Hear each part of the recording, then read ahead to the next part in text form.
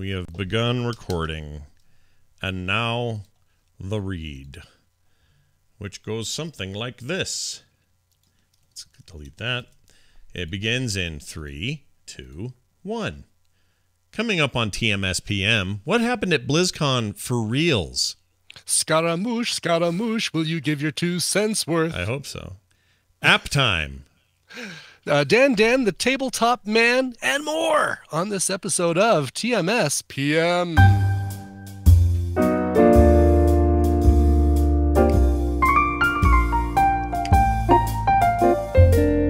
This is the morning stream, but it's not in the morning, it's at night. TMS PM.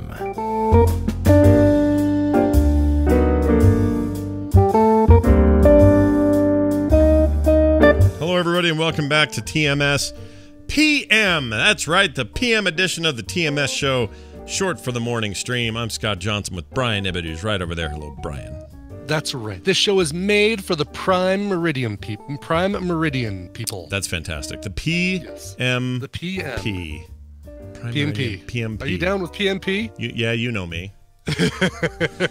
Anyway, we're glad to be here. It's Friday, November 9th, 2018. The month of November already skipping quite briskly. Yeah. Post-Meridian? Post-Meridian? Or Post-Meridian, Prime Meridian? Post-Meridian. Post-Meridian? I don't know. How's it now work? that I say that out loud, it's like Prime Meridian is like a geographic line. Post-Meridian is PM, is afternoon. For Dan, it's putrid meeple. That's what it stands for. Putrid. This is true. Meeple. Anyway, Dan, like we said, will be here later. Very excited to have him back today. We're gonna see if we can. I'm gonna try to conjure up a good question about the what do you call it? The pharmaceutical world as well. Oh, good. Yeah. Yes. Plus, I'll have recommendations for board games, which I know makes sense to nobody listening for the first time. You're like, what the hell is that even about? He's a pharmacist, and quite the professional one at that, and he loves board games and tabletop games. So that's right. He brings both those things to us. Why he hasn't started a show called Drugs and Tabletop Gaming, I don't know why. Like, what is the best medication to take when you play Carcassonne? What is the best over-the-counter thing you can buy right before a long game of Settlers of Catan? Well, maybe he can answer this for us now. Like, Dan, if you're in the chat. Well, he is in the chat. He is in the chat, yep. If you have an answer to that question, Brian's what's the inquiring minds want to know. Yes, that kind of question. I can't say words today. Then let us know. Oh, he says that no, that's not. He says Xanax. Xanax is the drug of choice if you're playing that. Xanax for Settlers of Xanax. Oh, great. Xanax of Catan. Yeah, don't take too much of it though. Xanax can kick your butt. It's highly addictive if you keep taking it. Anyway, it's good to be here, and we're gonna just do a show for you now. I mentioned at the top of the show the real story behind Blizzcon. Brian and I have talked plenty about Blizzcon. On Monday, we had a whole wrap up, and it took over the news segment and everything. We just talked about it until our faces were blue, and that was fine. It all worked out good, and you guys got the good skinny from us. However, if you were looking for hard hitting gamer level dissection of what BlizzCon was, what they announced, what it means, what it doesn't mean, what was good, what was bad, all that stuff, and even a whole lot more, there is a 2-hour episode of The Instance that went up today. And we talk about everything, World of Warcraft, of course, but we talk about that weird Diablo mobile game. No. I think from now on, we call that game Diablo. Diablo. You got the Diablo mobile game. Check that out.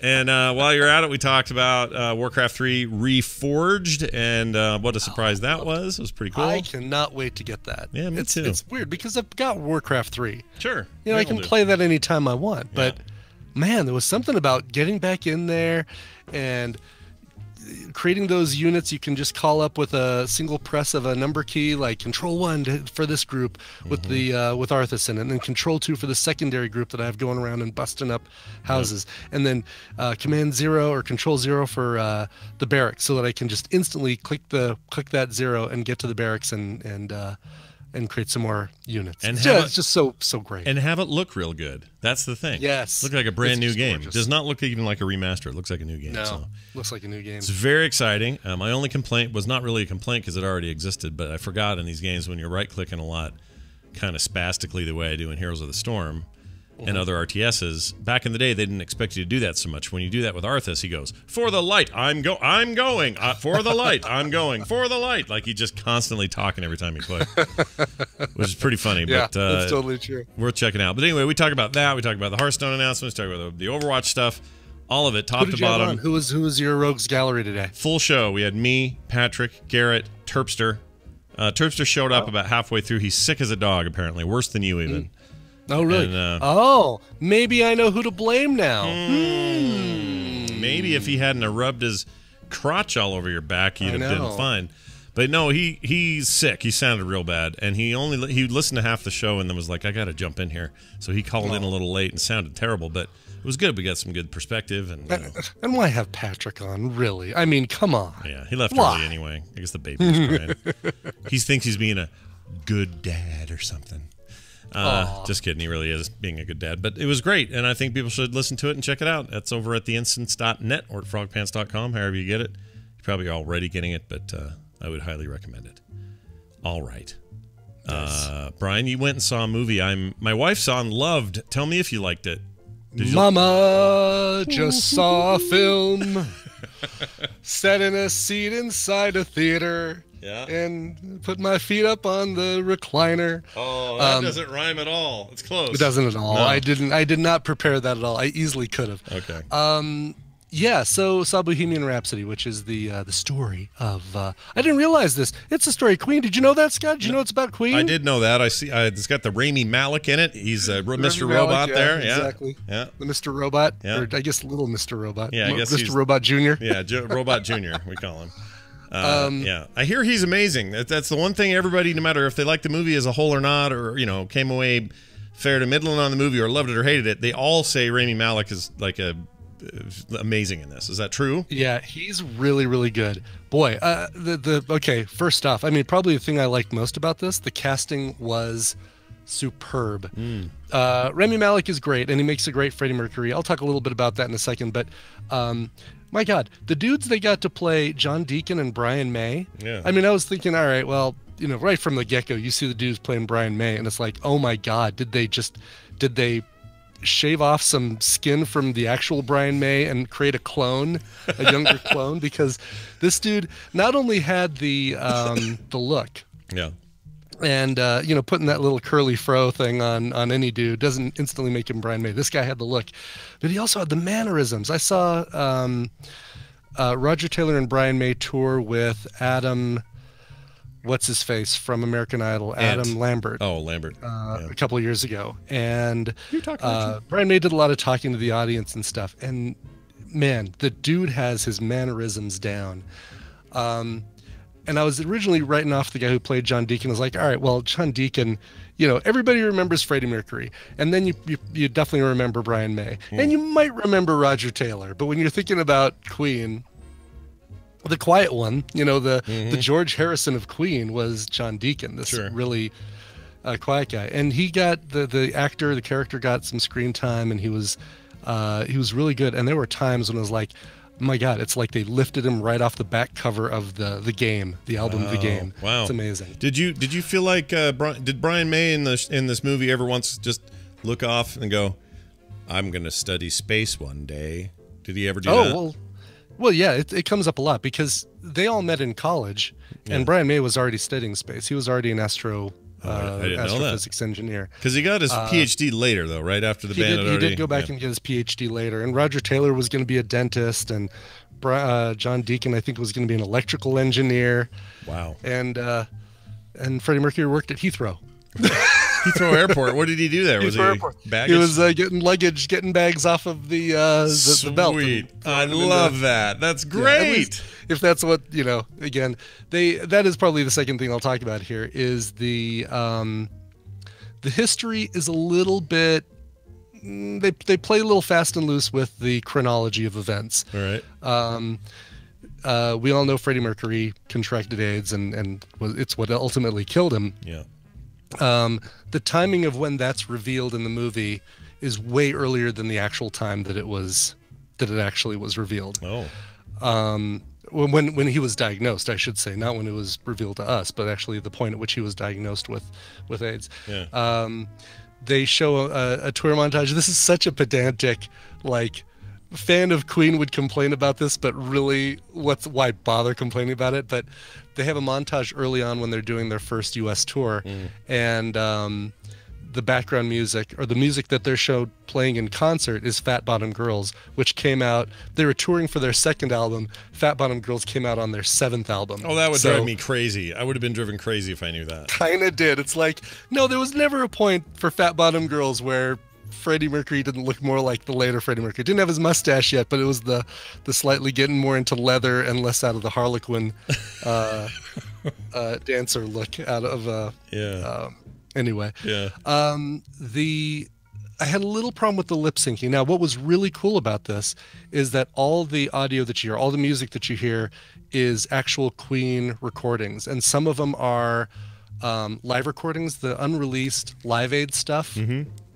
It's never been released on an album. That's supposed to be like the best performance they ever did, right, or something like that. It was. It is. Yeah. It is easily one of the best performances. I think probably the best performance. That was one I absolutely remember watching on TV back in 1984, 85, whenever it was. Yeah. But there are times where the lip syncing just isn't quite in sync, and it's mostly to do with Rami Malek. And I don't want to fault the guy, because his acting, his portrayal of Freddie Mercury as being this flamboyant, over-the-top guy, gay or not, just Freddie Mercury was always on. Gay or not, he was always on. Gay or not. Yeah. Like, at the point that Freddie realized he was gay, yeah. Prior to that, the dude was still flamboyant and over the top and turned up to 11. When he would toss somebody's luggage on the ground and it would break at the airport, where you go, another one bites the dust, or what? Exactly. Yeah. Right, exactly. All right, great. But there were times that it felt like they had given Rami Malek his fake teeth, his fake Freddie Mercury teeth, about 2 minutes before they said action, because it doesn't look like he's comfortable with them. Like, if I were the director, I would have given him those teeth and had him just live with them for 2 or 3 weeks before we started filming, so that he got comfortable with them. It's almost like he wasn't sure if he could wrap his upper lips over the top of them, or That's so funny that they did that. I mean, did later in the movie? Borderline when you get one of those plastic sets of fangs, those little plastic sets that fold, right? And you put them in your mouth, and you slobber all over the place because it inhibits your ability to keep your mouth saliva free. A little bit like that. Yeah, that overbite, man. So did it seem like it got better as the movie went on? Like he had less of a hard time wearing them, or no, it was throughout the film, and that just speaks to the fact that they may have recorded or shot these scenes in different order, in a different order, maybe to get, let Remy grow a mustache, a big cheesy mustache, and then shave it off for the earlier Freddie Mercury scenes, or grow his hair out longer, or that sort of thing. Sure. But, well, when he gets in that like tight wife beater tank top thing, and then gets out there on the stage, it's uncanny. It really is. He looks just like him, and that throughout the whole film, even the A Night at the Opera, Day at the Races era Freddie Mercury, they nail it. They nail the look out of all of them.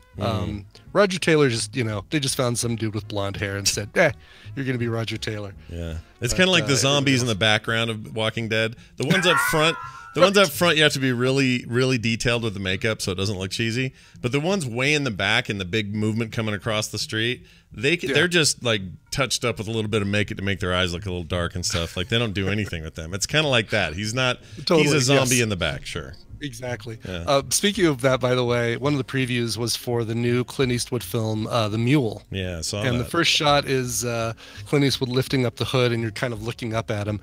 And I got Tina laughing during the previews by saying, "Oh my God, they're making a Walking Dead film." Yeah, he's like 1,000 now or something, right? He is. Yeah. I still wouldn't mess with him. There's still no way I'd pick a fight with Clint Eastwood. No. I might try to fight his stupid son, but I wouldn't fight Clint Eastwood. but the other one, Steve or Scott Eastwood, is it? What is it? Whatever it is. Oh, Scott Eastwood. Yeah, right. He's a weenie. Is that right? Yeah. Anyway. I say that. He'd but probably kill me. No, it's good. It's if you're a Queen fan, you've probably already seen it, but I'd say still rush out and see it, especially while there's still good-sized audiences, because you'll subconsciously find yourself kind of singing along with the music, whether you do it out loud or not. Yeah. It's you can't help it. You know, Hammer to Fall comes on, and it's like, here we stand. You know, you'll start getting into it. Yeah. And I think if you're even a passing Queen fan, it's probably worth seeing in the theaters. It's something you can rent. I mean, the scenes. There's an amazing sweeping tracking shot that comes in above Wembley Stadium, flies down, settles in over the crowd, flies over the crowd, and then goes to the stage. And it's like, that is an amazing piece of CGI. Probably a drone, right? Wouldn't you say? No. Absolutely was CGI. Really? Because I don't think they certainly couldn't have gotten that many extras for. Oh, you think they filled the crowd in with CG? I think they filled the crowd in with CG. Maybe they flew a drone in and did that shot. Mm-hmm. But even then, I mean, the stage, the Live Aid stage was taken apart a few days after the event. So, but yeah, Mike Myers. So the previews. Yeah. Where they have the guy who's saying, it's a song, it's like 6 bloody minutes long. I didn't realize that was Mike Myers in like his British makeup. Oh, he's in this. What? He's in this. And you see him in the previews. Like you see him in that shot in the previews where he's talking about the length of Bohemian Rhapsody, saying it's never going to be a single. And I didn't realize it until like a few lines in. I'm like, oh my God, that's Mike freaking Myers. That's great, because he did Wayne's World 1 was all about doing that in the car with Bohemian Rhapsody, and that whole scene with him and Garth singing that in the car. He was responsible for Bohemian Rhapsody becoming hitting the charts a third time. Yeah. Like it hit the charts a second time when Freddie died, and then hit the charts a third time when Wayne's World came out. That's amazing. I didn't know that. Well, that's cool. I had no idea he was in that. I like that. Yeah. I like that kind of cameo. Yeah. I thought he was too busy doing the Gong Show thing or whatever. He's the Maitland. What's the character's name on the Gong Show? Maitland, Curtis Maitland, or something like that. Staple Verhoeven. Something like that. Something like that. I've never seen that thing, not even once. Bagheera says, did you notice U2 passing Freddy's? He took the Live Aid stage. I saw that there was a band coming down off the stage, and I couldn't tell that was U2. But now that you say that was the 1985 era Bono with his own goofy afro thing. But it wasn't Bono, right? It was somebody else being him. Okay. Yeah, just somebody playing him. That'd be cool. It's funny too. Also, in an early shot, they have Bob Geldof, and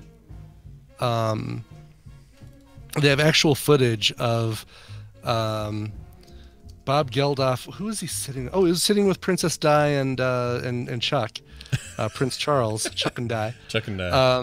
But then they later on have an actor come in and play Bob Geldof. Again, another actor who just looks exactly like Bob Geldof. Really?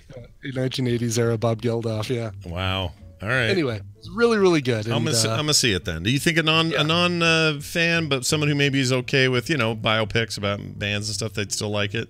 You don't have to be a Queen fan. Okay. I think so. I mean, I think you don't realize how much of a fan of Queen you are until you see this film, and then you're like, oh yeah, I forgot that song. Oh, I love that song. Oh yeah, that's a great one too. And we had one person with our group. It was me and Uncle George and Aunt Barb, and then his daughter Maddie and Maddie's boyfriend Eric. Yeah.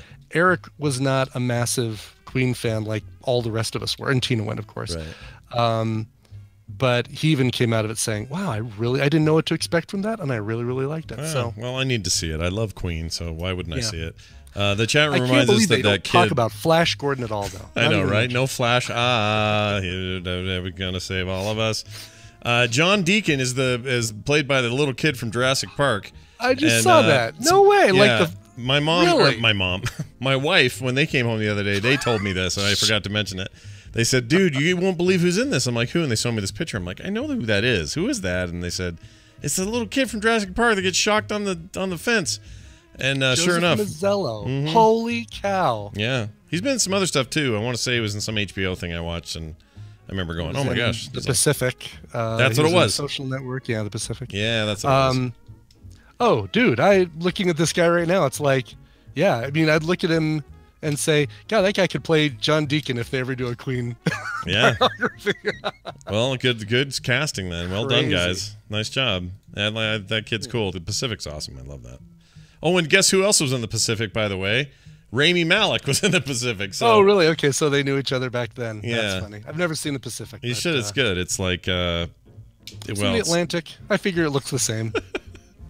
No, it's not. Once you're out in the middle of it, it's all. Turns out they were blowing up that place in Pacifically. Anyway, well that's great. Nice. I'm gonna go see it. That's a good rousing review from you. It's somewhere in the 60s on Rotten Tomatoes, which isn't It's not stellar. I don't think we're gonna see Oscar. I don't think we're gonna see any Academy Award nominations for it. Maybe one for Rami Malek, but they've got to get past the him slurping over his big teeth. His big point. goofy teeth. Yeah. If the Academy could get over the ASMR of Rami Malek going, oh, gross. Not sure I can now that you say it that way.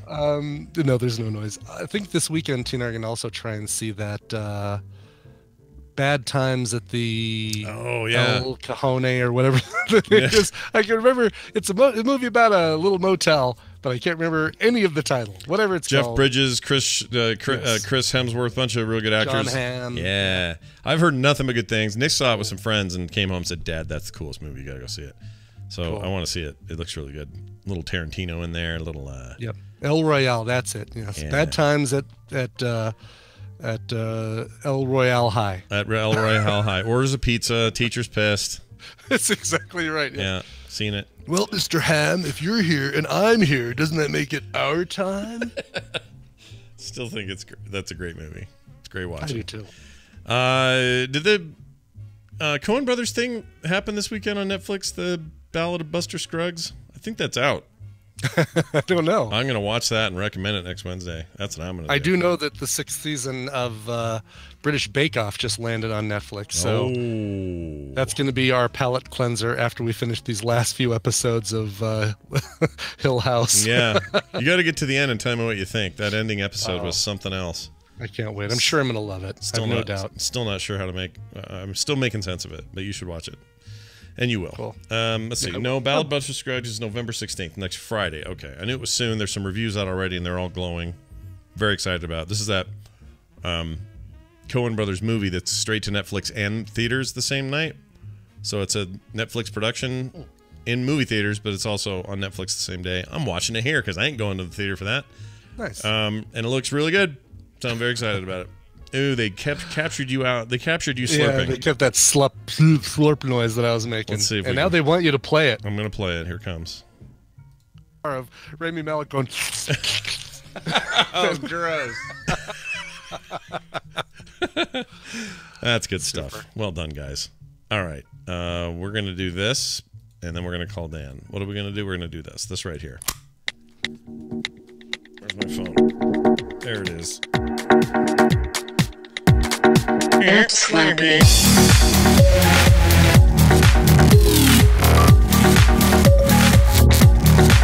You're really raising the roof over there for a second. Heck, that's right. I like that. I'm at about 99%. I sound a little congested or a little, You sound a lot better. I've got maple syrup in my sinuses, but other than that, I feel great. You sound great. You sound way better. I'm glad to hear that. Yeah. Terpster sounded so bad it made you sound totally whole. Totally whole. Totally That's whole. Gonna be my Courtney Love biopic. Really? That's my Portland donut company I'm going to launch. That's what I'm going to do. Totally whole. Totally whole. And all you get is the whole. You're not going to get the other kind. Yeah. The other stuff. Right. All right. Let's get into it here. So I am going to recommend an app/game that I think I brought up on the show, but I didn't review proper or talk about in this segment because we didn't have a PM last week. The game that got me, the mobile game that got me through the flights and any downtime I had, like at airports and stuff like that, on our trip, was Stardew Valley. Oh, okay, sure. Now, which you haven't, I don't think you've recommended this on. No, it's too new. I don't think we've had a show yet for it. Yeah. It's a game, I played the version on PC, so this isn't entirely new to me. So I had a whole bunch of playtime on that, so I kind of knew what I was getting into. What I liked about it when it was announced for mobile is that it's a fully premium experience. It's $8, just straight up, pay $7.99, get the damn game. There's no microtransactions, no timers, none of this stuff. I mean, there's timers, part of the gameplay, but it's nothing you can circumvent with paying your way to win or whatever. It's just a straight up port of the game Stardew Valley. Now, I'm going to argue all versions of this are good. If you have a PlayStation 4 version, you got the Xbox version, good versions of Stardew Valley. I'm not telling you something you already know. They're fine. PC version's fine. This is not on Android yet. It's coming, though. Just so you know, it's iOS only for now, for a quick moment. I think this is the premier platform for it. I think mobile is the best place for it because Seems like it I would can be, pick yeah. it up, play it. There's no weird controls. It's just point and click and grab a thing and do a thing. And you don't have to do, you don't need virtual joysticks or any of that stuff that usually drives people crazy. This game doesn't mess with any of that. And so if you're looking for that kind of Animal Crossing / Harvest Moon sort of experience on the go, I think it's perfect for the format. You can play it offline. You don't have to have a constant internet connection. You just play it when you want to play it. And there's even a way, and I didn't do it, I didn't try it to see if it would work for me, but apparently you can import your PC save. Oh, really? So if you've been playing this already, then you can... Yeah, I don't know how, and I didn't look up very much on how to do it, but apparently that's a possible thing to do. Whether it's also now exportable the other direction, I have no idea, but... it is a super cool rendition of the game, and I got really far in it on those flights and in those airports. Part of it is, I think I finally understand. I used to have this thing. So the way the game works, Brian, is you have a day-night cycle, right? And in the day cycle, it's a shortened amount of time. It's not an actual day in real hours. I don't know what it actually ends up being. I could probably find that out, but it's probably like 20 minutes or something. I always try to cram in every possible thing and not go to bed too early in that game because it feels weird. Yeah. I feel like I'm doing something wrong if I go to bed and save and it's only 4 in the afternoon. It just feels weird. But so when I was playing on PC, I was always fighting that. I was just fighting that clock. Like, I can't do that. There's not enough time or whatever. It's not how you have to play it. And I finally let go of that and said, if all I have to do today on this rainy day is go buy some fish bait from so-and-so, give a gift to what's-her-name, come back and make sure those rocks are cleared from that area behind my house. If that's all I have to do it by noon and go to bed. It doesn't matter.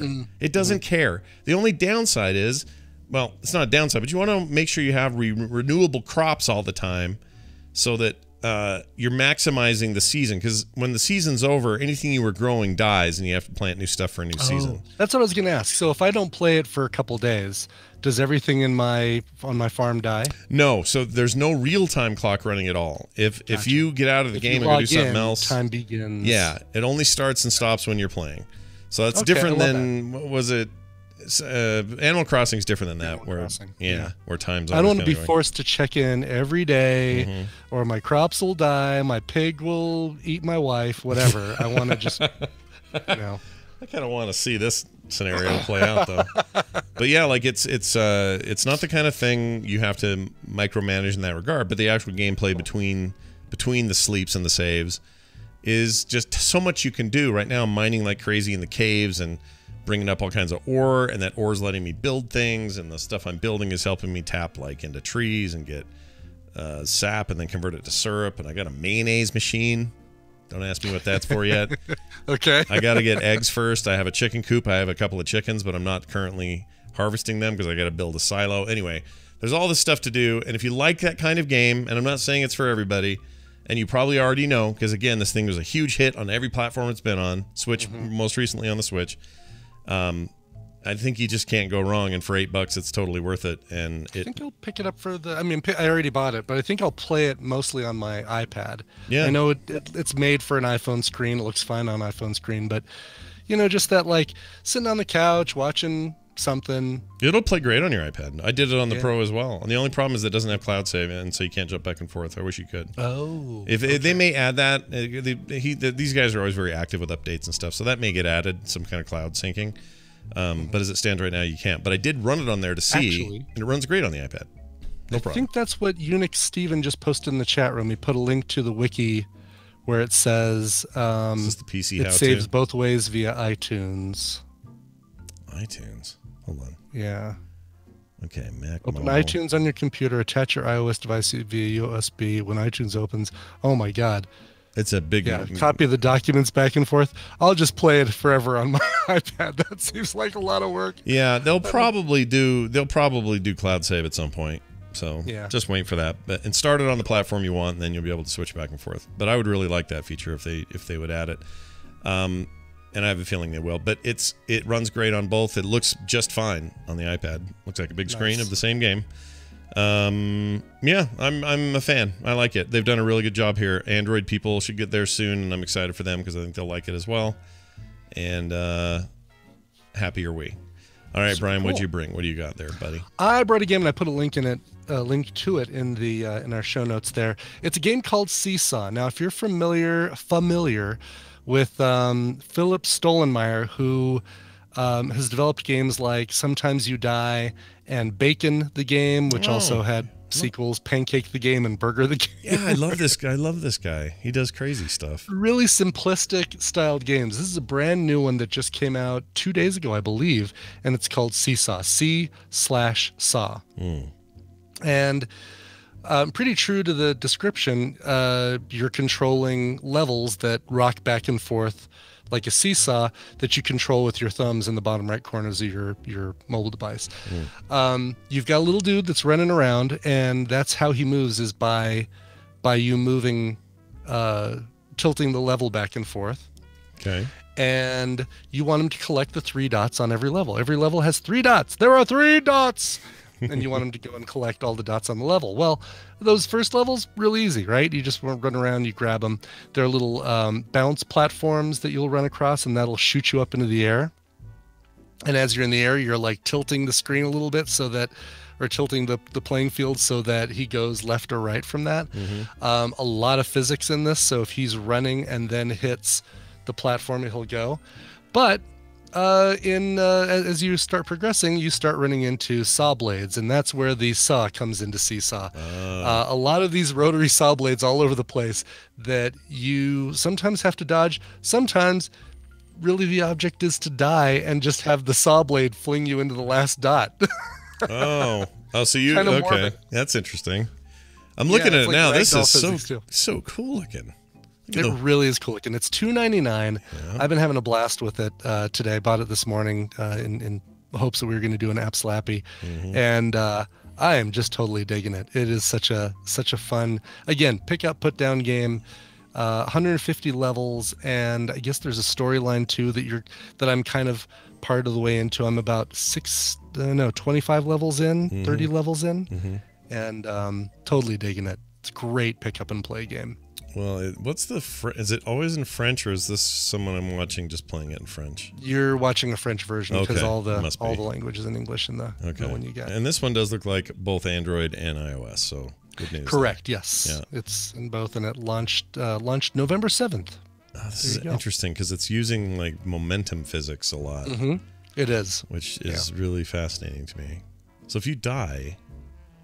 Oh, no, he'd just have to start over. I'm sorry. I was looking at these visually, and I'm like, okay, if you fall down that hole, you're not getting back out of there. You're not getting, exactly, right. So you want to make sure that, if you've got a place where you're never going to be able to get out, if you get that dot last, and you kind of use the momentum of, like, running up a curved wall to get over that saw and over that dot, it's great. It's a really, really good. It looks really good. Oh, there's a little jump pad. Oh, that's great. Yes, right. Those little projectile pads on the bottom when you run across those. Yeah, they bounce you to the higher areas. That's great. And it's funny. It's a little dude. It's like the little Mr. Ah dude. You remember that game? Yeah, I remember that. He's just like this little head and a couple legs, a head, torso, and a couple legs. But man, when he goes into a little saw blade or gets impaled on spikes, it's actually it's kind of heartbreaking. It's a little shocking and heartbreaking. Yeah. All right, I'm picking this up today. This looks like something I could get into. And I love the minimalist design. This is really, really neat. Yeah. All right, there it is. So those are your 2 games. You got C/Saw, C/Saw. C/Saw. Yeah. Oh, here's a saw. I'm going to see this video. I want to see what happens to this poor saw. I guess he goes over it. Oh, careful. Don't you hit that saw, buddy. Oh, shit. Okay, got it. And the other one is Stardew Valley for the iOS devices currently, but soon Android as well. So watch for that. Right. the EOS devices. The EOS devices, correct. All right. I forget how we call Dan. Dan, do I usually do? What do we do? Skype. For you open a window and yell. Yeah, that's what it is. Seems like it didn't work very well last time. Okay, I'm gonna. I think it's Skype because last time. Yeah, didn't we call you on Skype, Dan? Dan, are you in there? It's dumb to ask him while we're on delay, but all right, Dan, the tabletop man, is on his way. I'll call him on Skype. Raise the roof. Hey, whoa, hey, it's Dan, the tabletop man. What's going on there, buddy boy? You didn't expect to see such an ugly man this time of night. No, my gosh, this is, you know what it is? That daylight savings, dude, with the freaking everything getting dark too early. Do you hate it, or how do you feel about that? Actually, I'm kind of I'm very non-traditional because I actually am fine with this. I know like all the times are kind of the same and it changes, but I want my winters cold and I want my summers hot. So I want my winters to get dark as early as hell, just so that it's ready to get to bed and I can get up early and the sun's up. So I'm fine with daylight savings over here. I know it's a very unpopular opinion, but I'm fine with it. All right. Well, you're just an easygoing dude. Now, being fine with it is different than loving it. Right. You know, right. Oh my God, I love daylight savings. I love that, getting used to that different time change. Right. Being fine with it is like, whatever, it can happen. You'd be fine with it if it didn't exist, right? Yeah, exactly. Either way, it totally still screws me up for a few weeks anyway. It's what my grandma calls, my grandma calls it agreeable. You're very agreeable. Right. Amenable. Yeah, sure. amenable. That works as well. Dan, okay. Pharmaceutical question to start. Is she ready for this? We got a pharmacy question. I got a beer for you, too. Oh, geez. All right. Here's my question. Prop 3 here in Salt Lake City, or in Utah, passed during the election. That particular proposition was to legalize medical marijuana in Utah, which is, for us, a enormous step. Because normally we're the last ever to allow such things. Our liquor laws are weird. Everything's weird here. Okay? You guys have blue laws? Is there like nothing on Sunday with the liquor laws? I can't remember. I think there's no dry counties or anything. I'm asking a guy who doesn't drink what they'll drink. Yeah, I know. Yeah, exactly. I'm like the last guy to ask. But I don't. I do remember when I went there, in the 90s, when I was visiting the Deseret News, I did have to join a club to have a drink on a. That's changed. That's all gone now. Thank goodness. No more of that. Thank goodness. Yeah, that was stupid, and we all knew it, and they got rid of that part of the law. So now you don't have to do that. But there are like dry. Oh yeah, that's right. So chat room confirms. I think because it's a state liquor provider, so you go state liquor stores is where you get your stuff. Yeah. They don't sell on Sundays, so they do have. They are closed on Sundays. So the liquor, we have ABC stores in North Carolina too, the Alcohol and Beverage Commission. So you have to go there for like your other liquor, but you can get wine and beer in regular grocery stores, but you can't. You have to get the hard liquor in the ABC stores, and I'm pretty sure they're closed on Sundays, but you can still like buy it. You just have to wait till 11 a.m. to buy alcohol in the grocery stores around. It used to be noon, but all the people were lobbying about how much money. They can't have your mimosas until noon. So there was like, they did a whole big study as how much money they were losing, all these restaurants. So they were like, all right, 11 is okay. So weird. Well, here they same thing. Go to Smith's on a Sunday and get all the beer and wine you want. But if you want the hard stuff, you gotta go there on Saturday and have your life be in jeopardy, because those are skeezy places. Anyway, we had to go there once to get some vodka because Carter made Panela vodka? I don't know, but it was like she was making vanilla extract, I guess. Oh, okay. And I guess you need that for that or something. I don't know how it works, but she had to go in there. Vanilla beans and vodka, and you just basically cook the alcohol out of the. Yeah, and it was really good vanilla, by the way. It was fantastic, but getting in there and out of there was a little skeezy, and they went in with us, and it was just weird.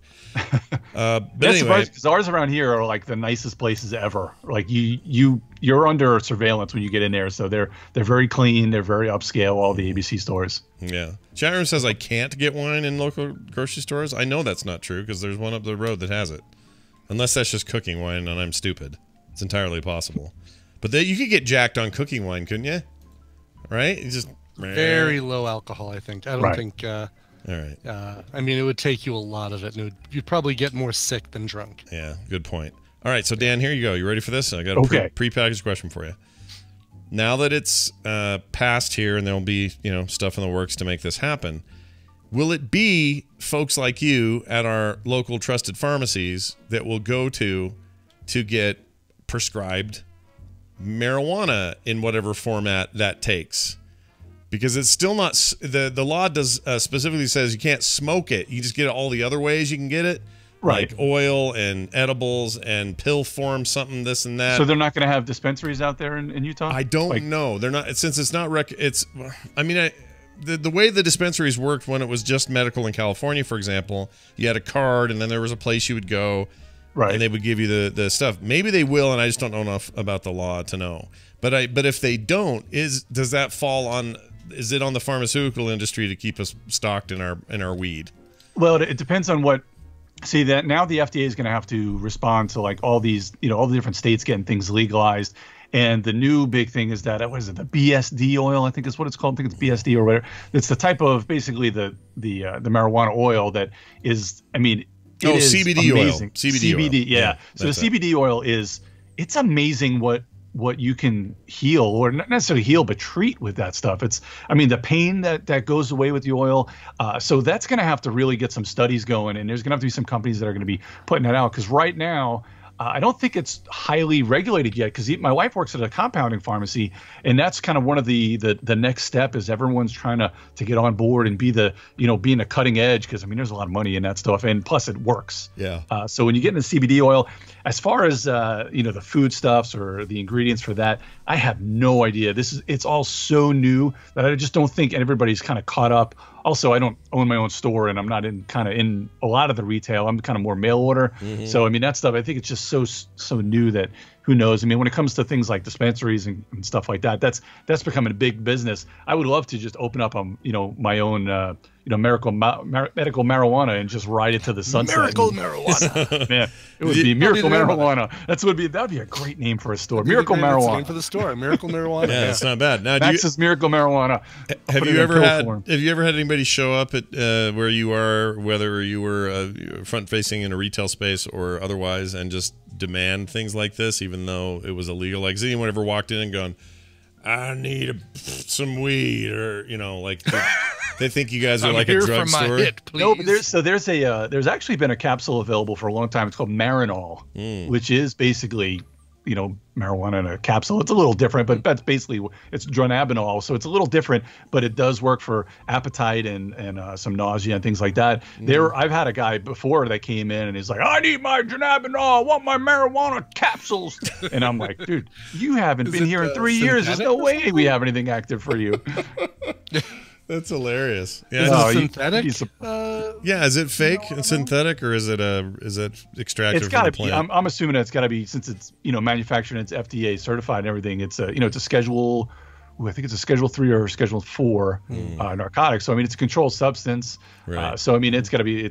I'm assuming that it probably comes straight from the plant if it's that's kind of where it's derived from. Yeah, the synthetic stuff that you always hear about is what do they call it, spice or whatever on the street. But anyway, that's the stuff that's real bad for you. People are like dropping like flies left and right from that stuff. But they call the compounding places quite a bit still for that CBD oil and for a lot of different things as to when they'll be able to get it. And it's the regulations are still so new. As actually, and it's kind of funny. So there's hemp doggy treats. My dog is a psychopath. Let me tell you, she's a little dog. She's a Yorkie poo. Yeah. They're the worst. We give her hemp treats to try and help her out. She's the worst. That sounds like a pet name for your wife. Oh, go your little Yorkie poo. Or it sounds like a thing your Yorkie does is poo. That's what it sounds like. Right? Yeah. Oh no. So you get. Well, I think Yorkies are kind of normal, but when you throw that poodle in there, forget it. Yeah. It makes them crazy. Yeah. So she's either like 1 second she's so calm sitting on your lap, the next second she hears something outside and she's ready to tear your foot off. I'm like, I'm not the one making noise. That's outside. Yeah, I think we have that with our Italian Greyhound / Min Pin combo. Rainer is like this. I can be cuddling with her and she's chilling and she's just laying her little head on me and will lick my chin. And then the minute there's a sound the mailman makes 50 yards out the front door, she just turns all stiff, starts freaking out like the world depends on it. I don't get it. Well, anyway, that's wonderful at 3 a.m. when they hear a random sound. It's a great time. All right. Well, the other thing Dan does when he comes on the show is he recommends fun times for the weekend. And Dan always has a tabletop recommendation. Dan, what are we talking about this week? Well, first, let me give Ibit a beer recommendation. I wish I would have realized earlier that you were a big beer guy. This is Raleigh Brewing. I'm a big guy who drinks beer, but I'm not a big beer guy. Yeah, he's kind of a you like it. I mean, you'll go to the testing and tasting, and you know. I will. Yeah, I'll drink beer occasionally. I'm more of a cider and a hard liquor guy. Yeah. But since you give me enjoy a recommendation, I will drink it. Yeah. So this is a big squeeze. This is First Squeeze. This is from Raleigh Brewing. It's basically the blood orange. It's kind of like a blood orange wheat. It's really good. That sounds terrible. Everything you just said. And what's it called? It's called First Squeeze by Raleigh Brewing. All right. It's an American wheat ale with blood orange. See, I had a couple of beers that I've been saving up in the fridge, but it's been so long since I've been on that I just broke down and drank them. So can you get that can you get that anywhere? Is it nationally? Well, the way craft beer goes, they're kind of sprinkled a little bit everywhere. Places like this. So you have North Carolina is a really up and coming craft beer area. Asheville has a lot more craft beer than Raleigh does, but Raleigh and Apex and Carrier are starting to get a lot more. I mean, pretty much everywhere around the United States, it's such a huge thing now with craft beer coming up everywhere. Yeah, so it's true. You never know where you'll be able to get it if it gets a little more popular. This is kind of a smaller one, so you might not be able to get this all over the place. Not like that Stone. I think I tweeted you about the Stone Brewing. That was a tangerine IPA, which was really tasty. Yeah, tangerine. That one, I'm pretty sure you guys can get out there. Just a quick note: the people are always surprised by this, given again we've had our weird liquor laws here, but small breweries and like microbreweries, that kind of stuff, craft beer, huge in Salt Lake City, gigantic. That's awesome. It's almost like it's born out of rebellion. And that's why it's so good, because some of them it's like, not your grandpa's beer or screw authority beer, things like that. It's not really a name, but it reminds me of that. Anyway, you name it, it'll probably be a beer. They got Arrogant Bastard and all those other beers. Yeah, it's definitely stuff like that. We saw Arrogant Bastard in the film that we just watched for Film Sack. Cabin Fever. That's right. Featured Arrogant Bastard. Yeah, that movie sucked.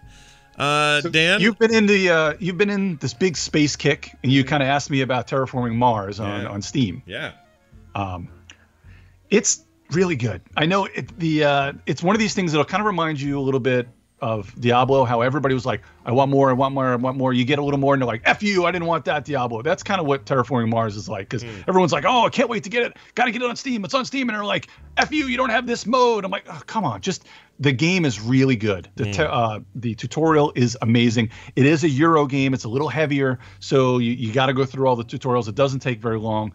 Each one of those, I think there's like 4 or 5 tutorials that take a few minutes each, and then the game is really good. You can play it solo. There's a solo mode, or you can play it solo against like 3 or 4 bots, and they're kind of a little bit different because that's kind of the way the game mode is. And you can play it online. I think most of the bugs are, like a lot of games that come out on Steam. There are bugs, and I think the bugs are mostly in kind of connecting peer-to-peer with other people, and then kind of the way the card interactions are. I've played it a bunch of times. I've only found one card that didn't work, but they've been patching it pretty much like every week, so that's really good. But it's a solid game. Like I said, it is a heavier, it's a medium to heavy Euro game. It's really good. This was the Geek All-Stars. This was our game of the year a few years ago. It is one of my favorite games out there. I think it's about 20 to 25. I think 20 is a good range, good price for this game, but it is a really, really fun game. They're going to add the big mode that everybody wanted was each round you're going to get 4 cards, and you decide which cards to keep. Now that kind of brings the whole tactical versus strategic. Now strategic, you're going to have the long-term strategic options and then the short-term tactical options. So when you get 4 cards, you got to decide what to keep, and you pay for those cards. There's a quote-unquote draft mode where you take the 4 cards, you pick one, and you pass the other one to the left to that player, and then they draft one, and you get their cards, and so on. So people really want that because they feel like it's a little more control over it. To me, whatever. The whole part of the game is kind of turning on a dime sometime to make your decisions worth it, and to actually go with the flow to make sure sometimes you got to turn and do that for your whole strategy. But anyway, Terraforming Mars, I highly recommend it. You may want to wait till the price comes down, and if it is 25, but I really do think this is a good one. But the good thing is, at least you just had BlizzCon, so you got a few games to keep you. There's plenty to be thinking about for a while. Plus, I've been, there's tons of games I want to be playing right now, but I'm always interested in space-based games, no matter what their form is. If it's like playing freelancer and running around doing missions and mining asteroids and selling those, and doing mercenary missions and all that, or if it's a game more like this where it's like resource management and trying to kind of civilization up some sort of space thing. Like I love that engine stuff. Building, tableau building, exactly, just like that. Where you I love that. And you so obviously you like the tabletop because you played it and you gave it game of the year that year. Would you at this stage even though it's missing a mode or two. Would you say the video game version is good enough for people? Oh, absolutely. Because I mean, it's a great way to get that fix. So like if you can't get to a game night all the time and you just want to get your fix, the AI it's not. They have different levels. There's I think it's an easy, medium, and hard. I just played on medium, and I lose sometimes too. So I mean, that's if it's good enough to beat me, then it's a good enough challenge to play the game. Yeah. So I mean, it's a good way to knock out a game to get your Euro game fix. All right. So it's really good. I got a really quick one for you. Yeah. All right. So Scott, you like the Warhammer? I love the Warhammer. You love the Warhammer, and you love CCGs. I love CCGs. I love Warhammer. Now, this is a trading card game. It's also an app. So this is my app slappy for you. Whoa. It's called Warhammer Age of Sigmar. Oh, I have this. Yeah, I haven't played it. I downloaded it, but I haven't played it yet. What do you tell me about it? So I don't know if you remember the game that came out probably a year or two ago. It's called Light Seekers. It was kind of a little more kiddie, but they had these cards that kind of they turn. So it uses the same engine. It's the same company. It's by what the heck is his name? It's like PlayFusion. So when the cards come in, they kind of after a turn, after one turn they'll turn like that, and then they'll turn, and depending on what's faced up, that's what damage they'll do or their heal. So it's really easy. Like I think the biggest problem with CCGs is once you get in on the ground floor, they're a lot of fun, and then all of a sudden everybody goes crazy buying all these cards and getting all these strategies, and you're like, I'm out. Too much. This is another one of those really easy games. It's lane combat. There's 4 lanes. You get 2 actions a turn, and you only draw cards if you use an action to draw cards. So you're playing cards into different lanes. The heroes also have 4 different things on them. Like you see there, they've got 4 different things. So when you play a certain action, your hero actually rotates, and once it gets through everything, there's a blessing. You shuffle up your blessings in your deck, and they're face down below each hero. So when your champion rotates all around, you get a blessing, which is a big buff in the middle of combat. And you're basically just trying to play combat.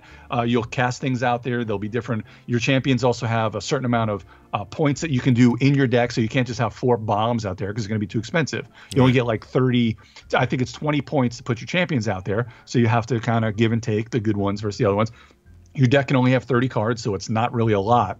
And you just kind of go. You get your 2 actions, and they get their 2 actions, and you're just kind of going back and forth.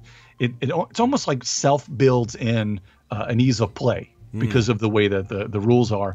The app is really good because you can play against the AI. And what's also cool is when you buy your cards, this is something you were talking about, I think, with Dunaway a while. This was their kind of, you can scan. See how there's little bubbles around the outside of that card? Yeah. You scan those cards and you get it in the app. What? I think the app starts off with certain things. That is cool. It's amazing. It works really, really well.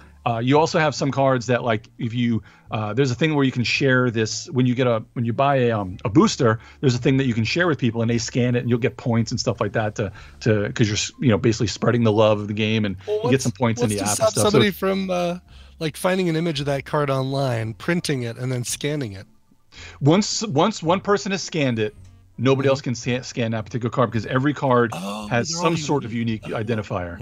Oh, that's cool. Okay, I like that. Yeah, that's really cool. Oh yeah, and it's amazing. I mean, it works actually. I kind of scanned in once we got back from Gen Con. I scanned in some boosters because they gave me all 4 of the starter decks, and they gave me the boosters. I scanned everything in. It worked lickety split, nice and easy. I recognized everything, put it right into my collection. But I'm pretty sure, like I said, the app, I think it's free, and I think it just gives you all the base things, and you could play versus the AI, and that's fun to me. I mean, it's a great toilet game for just playing a game against the AI because. Yeah, I like good toilet games. That's why I'm looking forward to. I'm actually looking forward to playing Diablo Immortal because Diablo on the toilet sounds good to me. I'll never get out of there. Kind of what I'm expecting. It's going to be Star Doo-Doo Valley for me, basically. Star Doo-Doo Valley. I see what you did. That's when Tina's like, "Are you okay in there?" Yeah, how you doing in there, buddy? Need a lifeline? My legs have fallen asleep. Dude, that's happened to me before. I'll admit it. That's how I know when it's ready to. When I take a break at work, that's how I know it's ready. It's time to go back to work when my legs start falling asleep. Yep. Yeah. There it is. 15 minutes. Done all I can do. Yeah, exactly. Well, this is fantastic as always, Dan. It's always good to have you on. I hope we can make this a more regular thing. You had a lot of hockey going on for the boy, which we actually won the CCM World Invitational last weekend in Chicago. Nice. It was awesome. DJ lit up 9 goals in 7 games. Yeah, and we just beat everybody all over the country. We're the #1 ranked 07 AA team in the country. Jeez Louises. Wow. Oh yeah, they've been boys have been working hard. Awesome. You're already better than the Senators, so well done. Just kidding. I don't know who's bad this year or not. I'm sure. And as I get out, can I plug my charity events tomorrow? Plug your event. Plug it. So tomorrow is the 8th annual Gamers for Cures 24-hour board game marathon to benefit Turner Syndrome Society of the Carolinas. My daughter has Turner Syndrome. We've been doing this for 8 years now. We've raised over $115,000. I'll put some links in the chat room in a bit where we have what's called the wall. We've got 90 board game lots up on the wall. You can actually go online and buy dollar tickets to any of these lots that you want to try and win. People just stuff those ballots with dollar tickets, and you can win everything. You don't have to be present to win shipping. You have to pay for shipping if you actually win something on there. We also have a big raffle on there. We play for 24 hours. We have tons of door prizes. If you're in the local area, come out to the Gamers Armory in Cary, North Carolina. And I'll also put a link to the first giving. Since we are a 501(c) charity, your donations are all tax-free. You can print out a receipt right there. But we're looking forward to having a great event. Like I said, 115,000 to date, and we're hoping to get another 20,000 this year just on top of that. That's great. And, you guys kill it with this thing. It's awesome to watch. Love seeing this. Yeah. Well, absolutely something to support. Stick it in the chat, and we'll make sure we push it there. And maybe offline, you and I will talk about some chances for us to like squeeze out some other promos during TMS during the week or something. Be fun. Absolutely. To do that. Appreciate it. Miss you guys. Yeah, we miss you too, buddy. Stay out of trouble and play games. We'll see you later. I don't know, that's a terrible way to hang up on somebody. Play games every day. Play games every day. All right, we have come to it. We've come to it. Oh, there's a video playing of Terraforming Mars. I should close that. All right, there we go. We're done. Hey, if you want to go vote for today's podcast title, you can do that. Just head on over to frogpants.showbot.tv. And a reminder, today was the day, or I guess last night was the time, where Kim and I made a little something we call Skim. Scott and Kim, get it? Skim. Kim made a little Skim. Yeah. And... we put it out there and did a little live stream. We put it up on this feed, actually, for anyone who wanted to check that out. But the goal would be its own feed, obviously. If it's something people like, go check it out. Give us your feedback. Tell us what you think. So far, things have been very thumbs up, and that makes us very happy. We had a great time talking about all kinds of stuff and have big plans for it in the future if people are so interested. And we really have Brian to thank for taking a vacation. Seriously. Like, when you took a vacation, all these years I've been married to Kim, never once had it occurred to me, hey, it might be fun to record something with my wife on a regular basis. Never even thought about it. You'd think that would have come up. Because, I mean, you guys have done stuff before where she's appeared with you on a show. You did a little parenting thing, I think, for... or at least as a guest on something. Yeah, right? We were guests on Nicole's show when she had that Geek Parents thing. And then we had... she did her cooking thing for a while, and I was sometimes part of that. Right. But this is like... It was just such a natural fit. It shocked both of us. We were like, whoa, we could do this. Like, for real. Why aren't we doing this? I can't wait till Kim goes on vacation and I can come sub in for her. I love it. I love it. That'll be great. You can come on there and we can talk about... Just basically be another, like a sixth TMS that week. No. We don't need that. But anyway, it's super cool and she's great. So I'm very, very happy with how it went. If you're interested in checking it out, frogpants.com has a blog post with a link to all of it. You can catch it on the TMS feed. And it's on YouTube, and it will have its own feed soon. Also, a reminder that you can support this show and keep it alive over at patreon.com/TMS. And if you're looking for all other links, all other contact details, emails, Twitter accounts, all that stuff, as usual, go to frogpants.com/TMS. And now, Brian, we'll play music. Yes, sir. This was requested by Jess for her husband Rick. Some Leo to brighten your day is what she says, and some Toto for Scott, but not Africa.